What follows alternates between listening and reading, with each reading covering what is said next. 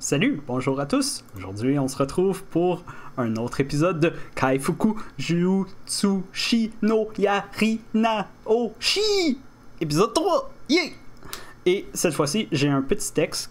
Comme ça va m'aider à structurer mes pensées et en même temps, ça va m'empêcher de faire des très longues pauses ou dire à chaque seconde.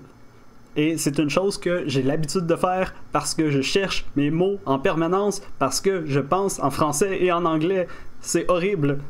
Bref, je vais essayer de réduire au maximum le temps de parole qui est consacré à des pauses ou à des Maintenant, on verra ce que ça donne. Bref. Et un autre point, j'ai fait beaucoup trop de vues sur ma dernière vidéo. Je pense que c'est parce que le monde sont stupides et parce qu'ils cliquent et pensent que c'est l'animé, mais non, c'est pas l'animé, c'est moi qui parle. Ok? Bref. Maintenant, retournons au texte. Et on parle de l'animé, bien sûr. Et l'animé commence, en tout cas l'épisode 3 commence avec...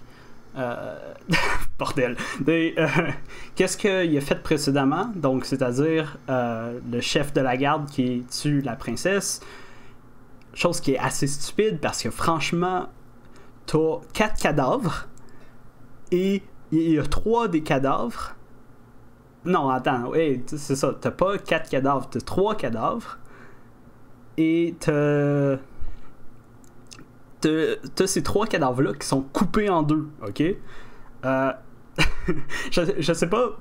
Je sais pas si vous avez déjà tenu une épée ou si vous avez une quelconque expérience en découpage de cadavres, mais couper des cadavres de cette façon-là, c'est assez compliqué. C'est pas nécessairement tout le monde qui peut faire ça.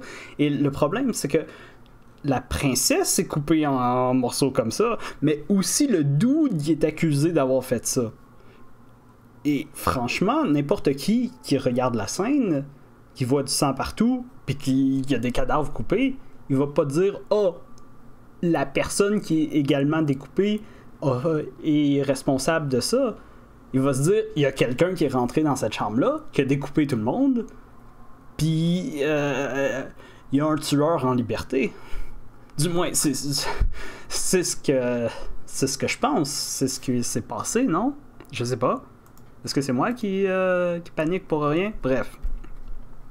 Les gens sont stupides dans ce royaume-là, c'est correct. La police n'existe pas encore, ils ont des problèmes, je comprends. Yep. So, ça c'est fait. Ça c'est fait. La scène qui suit, c'est bien sûr un flashback parce qu'il commence à parler de la sœur de la princesse, puis ça lui rappelle des souvenirs, j'imagine, je sais pas. C'est un peu weird parce que ils ont... comment c'est amené, c'est que le personnage principal dit que la sœur de la princesse est quelqu'un qu'il faut se méfier, puis qu'il n'y a pas qu'il a pas eu une très bonne relation avec elle. Mais dans le flashback, et on va y revenir au flashback, elle n'est pas vraiment montrée comme une personne intelligente, oui, qu'il faut nécessairement faire genre oh mon dieu, elle est machiavélique, elle va faire des trucs, elle va déjouer ses plans de revanche. Non, elle est juste vraiment une grosse stupide avec des gros seins, là, comme la princesse. C'est sympathique. C'est comme ça dans la famille, j'imagine. Bref. Donc, le flashback. C'est les héros qui se battent contre des méchants. Well, contre des méchants, contre des monstres, là. C'est toujours des monstres. Ils sont assez génériques, puis on comprend pas nécessairement d'où ils viennent ou pourquoi ils les attaquent. Puis d'ailleurs, pourquoi les monstres sont agressifs. Mais, encore une fois, ça va peut-être venir plus tard. Hein? On est toujours à la recherche de sens ici. Et c'est un peu dur dans les animés récents, mais ça, c'est une autre histoire. Bref. Donc, on voit à quel point les héros ont très peu de respect pour notre ami le soigneur. Et on voit également la sœur de la princesse, qui est également une princesse, puisque c'est une sœur de princesse. God damn it. C'est tellement gratuit comme scène. Bref. On est rendu le soir après la bataille et elle utilise la drogue pour se frotter la chatte et elle se fait lécher la chatte par notre ami le soigneur. Donc super sympathique, super gratuit d'ailleurs.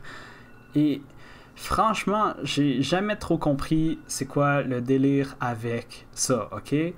C'est une princesse, elle a accès à une shit tonne d'autres moyens pour avoir sa dose de sexe et elle décide de prendre le drogué d'à côté. C'est horrible. Genre, ok, je comprends que ça peut être intéressant, right, de forcer quelqu'un à faire ça sur toi. Puis je peux comprendre ce délire-là. Mais c'est stupide. Et surtout, on parle d'un monde où l'esclavage existe et est légal. Donc, franchement, si tu veux juste avoir ça en tant que princesse, construis-toi un harem, fais quelque chose, débrouille-toi. Pourquoi lui? En plus, on voit à quel point il est négligé, qu'il doit certainement dormir mal, qu'il a pas d'affaires personnelles, il doit sentir la mort. Et je ne sais pas, genre, est-ce que vous êtes déjà allé dans une convention? Moi, ça m'est jamais arrivé parce que j'ai pas d'amis puis j'ai pas vraiment de connaissances dans ça. Bref, si vous êtes déjà allé dans une convention puis vous avez certainement rencontré des gens qui n'ont pas pris leur douche pendant une semaine, vous savez ce que ça sent? Est-ce que j'ai besoin de faire des dessins pour dire que c'est pas super attirant? Non, je sais pas, c'est moi encore une fois. En même temps, je pense qu'ils sont un peu scatophiles, mais ça on reviendra plus tard. Bref, après la petite léchouille, c'est maintenant l'autre héros qui a un kick sur la princesse parce que elle veut également lui lécher la jatte, mais elle veut pas. Parce que la princesse est pas lesbienne, mais elle est lesbienne. C'est un... Mon Dieu, c'est un personnage qui est vraiment... qui est juste là pour être antipathique, puis ça sert tellement à rien. Bref, il y a cette madame-là qui est très jalouse de notre ami le soigneur. Et oui, maintenant, je vais l'appeler ami le soigneur. Comme ça, je vais pas dire healer, et je vais me sentir mieux après. Bref. Donc, parce qu'elle est très jalouse de notre ami le soigneur, elle décide de le battre plus ou moins à mort. Et ensuite, elle voit sa langue qui est tout enflée parce qu'il a léché l'autre. Beaucoup. Et elle décide de lui lécher la langue. Comme un chien, I guess. En plus, c'est drôle, c'est weird. Et ensuite, elle vomit parce que elle est dégoûtée par elle-même, j'imagine. Chose qu'elle devrait, mais ça, c'est une autre histoire. Donc, scène, encore une fois, extrêmement gratuite, très sympathique. Et on passe, enfin, au dernier héros, où ce héros-là l'attend dans la tente de notre ami le soigneur. Et d'ailleurs, on voit que la tente n'a même pas de lit. Donc, il y a une tente, mais il dort sur le sol. C'est sympathique. Et d'ailleurs, notre ami, notre autre ami, le héros le héros gros black, semble être un peu attiré par notre ami le soigneur. Donc on a beaucoup d'amis ici. Et il a d'ailleurs pris le temps de mettre beaucoup de roses un peu partout sur le sol de la tente pour être romantique, j'imagine. Et il se fait enculer à sec par un gros black. C'est à peu près ça. c'est sympathique. Et d'ailleurs, la scène est vraiment nice parce que il continue de dire qu'il est désolé et qu'il l'aime, tout en l'enculant. De force. Après l'avoir étranglé, d'ailleurs.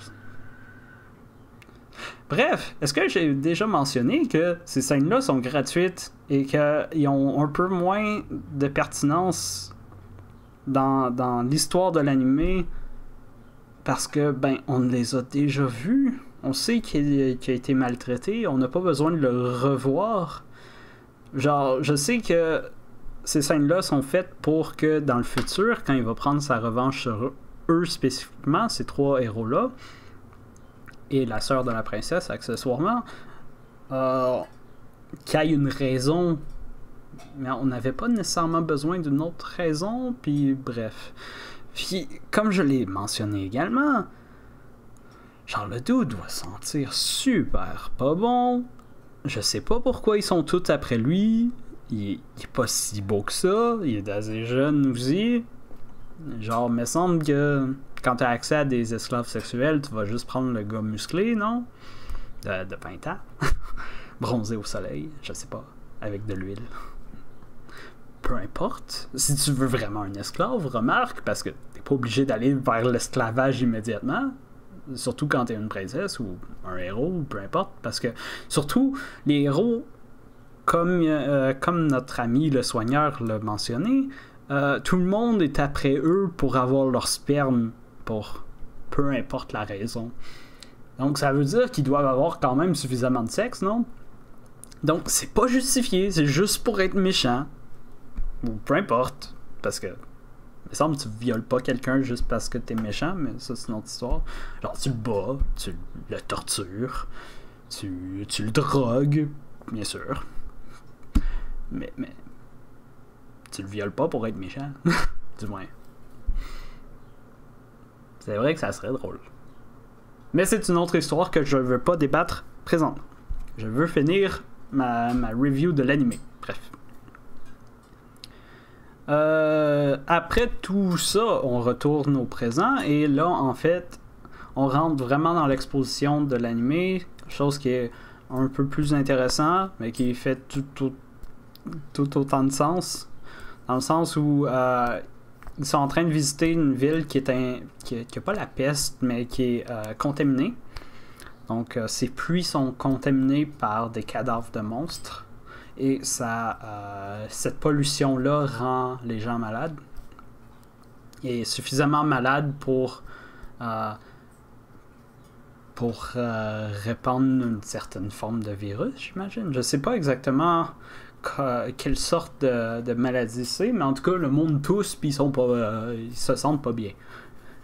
Donc, lui, avec l'aide de son œil vert, que j'avais parlé un peu précédemment dans l'épisode 1 de ma review, c'est que cet œil vert-là lui sert à analyser les choses. Et donc, avec cet œil-là, il est en mesure de voir que l'eau est empoisonnée. Et il peut également voir la source de cet empoisonnement-là. Et il décide, avec son pouvoir de guérison, de créer un antidote en buvant l'eau contaminée et en créant des anticorps. Donc, super utile. Et d'ailleurs, tout ça, c'est dans le but de monter des fonds pour avoir de l'argent. Et on a cette scène où il rencontre un des marchands locaux et il prouve l'efficacité de son remède et il veut une part du bénéfice. Mais encore une fois, c'est un truc qui est tellement trop compliqué pour rien et surtout... justement, il est avec l'aînée princesse qui a perdu la mémoire, puis qui lui demande pourquoi tu fais affaire avec un marchand, tu pourrais le vendre toi-même. Puis sa réponse c'est je veux pas rester trop longtemps dans cette ville-là, puis j'ai pas des contacts, puis ça va prendre trop de temps. Chose qui est logique, et j'aime beaucoup quand c'est logique. Par contre, une de ces conditions au marchand, c'est de prendre une part des bénéfices, mais les bénéfices vont venir après la vente. Donc, il faut que tu attendes le temps de la vente pour ramasser la part des bénéfices. Donc, il va falloir que tu restes dans la cité plus longtemps que qu'est-ce que tu aurais espéré, au lieu de juste prendre l'argent, right? Donc, ça fait pas de sens. Mais peut-être que dans l'épisode 4, on va voir que quelque chose se passe mal, ou peu importe, ou le marchand essaye de l'arnaquer. J'en ai aucune idée, mais pour le moment, ce truc-là spécifique me dérange beaucoup. Mais c'est bien qu'il aille mentionner un peu l'économie en tant que telle. Et bref. Avec l'argent de du premier shipping de remèdes que le marchand a acheté après avoir vu son efficacité, il décide de justement aller acheter un esclave. Et je pense que c'est le titre de l'épisode 3 d'ailleurs, si je me souviens bien, qui parlait d'esclavage, peu importe. Et on voit justement qu'il y a des esclaves qui sont plus axés sur le combat, d'autres qui sont plus axés sur le sexe, d'autres qui sont plus axés sur peu importe le travail, que les esclaves en général sont assez dispendieux. Et c'est encore un truc qui me dérange beaucoup, parce que c'est un cliché dans les histoires qui fait pas de sens économiquement parlant.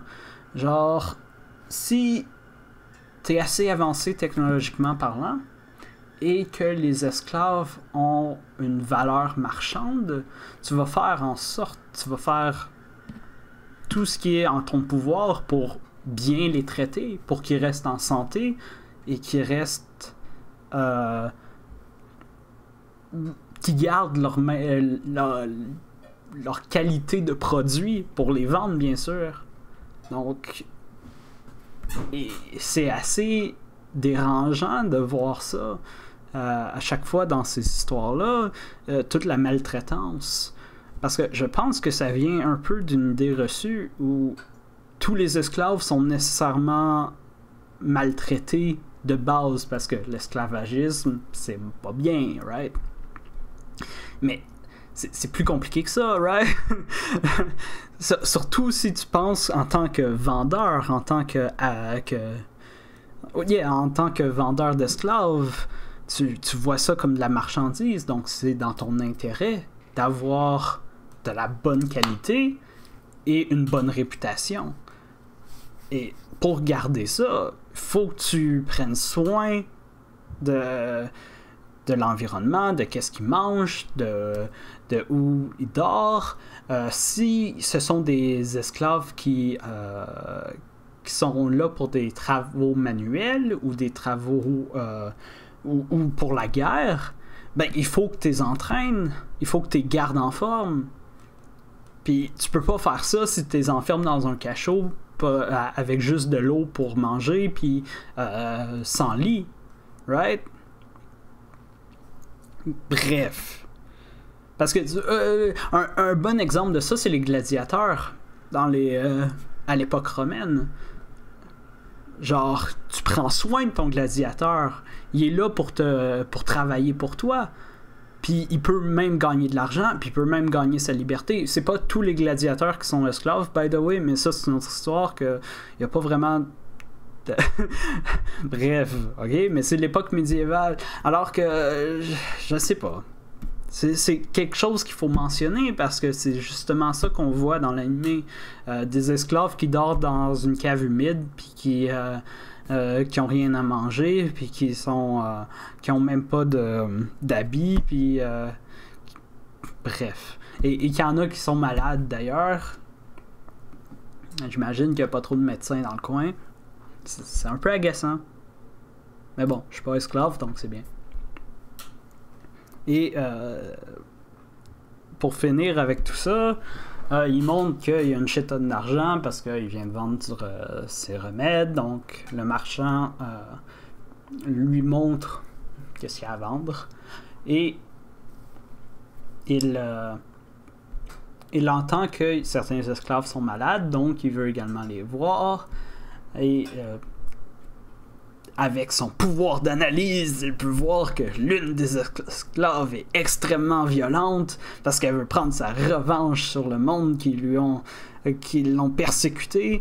D'ailleurs, un autre point intéressant, c'est que la plupart des esclaves sont pas nécessairement humains. Ils font partie d'une race de loups humains, peu importe. Donc on peut voir qu'il y a des conflits entre les différentes espèces qui peuplent le monde. Pas espèces, populations. Les différentes populations qui peuplent le monde. Et il y a certainement eu une guerre, puis avec ces prisonniers de guerre-là, ils les ont transformés en esclaves, peu importe. Donc c'est des personnes qui ont pas un background d'esclaves. Ils sont pas nés esclaves. Et c'est un truc qui est assez dérangeant, surtout dans une... C'est parce que on fait pas ça d'habitude. Genre, j'ai parlé de l'époque romaine, mais l'époque romaine, ça fait longtemps. Et d'ailleurs, Jules César a fait ça avec les Gaulois.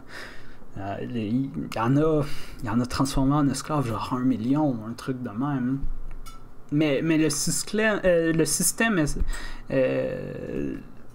à l'époque romaine était vraiment différent, alors que l'anime se passe dans une époque qui est plus médiévale. Donc on parle de 1000 ans plus tard des Romains. Ou même l'époque coloniale, où il y a eu la traite négrière. Mais ça reste quand même autre chose, non? Bon, bref. Ça me dérange. Ça me dérange beaucoup. Mais c'est moi personnellement, j'imagine. Bref, je vais essayer de me concentrer là, pour finir. Ça fait quoi, 20 minutes?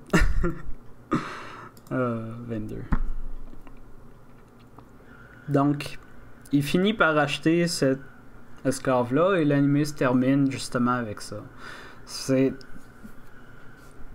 Bon, j'imagine qu'il a besoin d'une esclave, puis qu'est-ce qui l'a poussé à l'acheter? C'est justement voir la revanche et le fait que est malade et qu'elle a besoin de soins, mais qu'elle reste très vive et qu'elle se débat, puis qu'elle veut manger le monde, elle veut les croquer parce que c'est une louve, avec des gros seins d'ailleurs, parce que j'imagine qu'on va avoir des scènes très olé avec elle, des viols et peu importe. Donc ça va être nice. Ça va être nice. D'ailleurs, en parlant de ça, je sais pas comment ils font pour pas tomber enceinte, mais ça, c'est une autre histoire.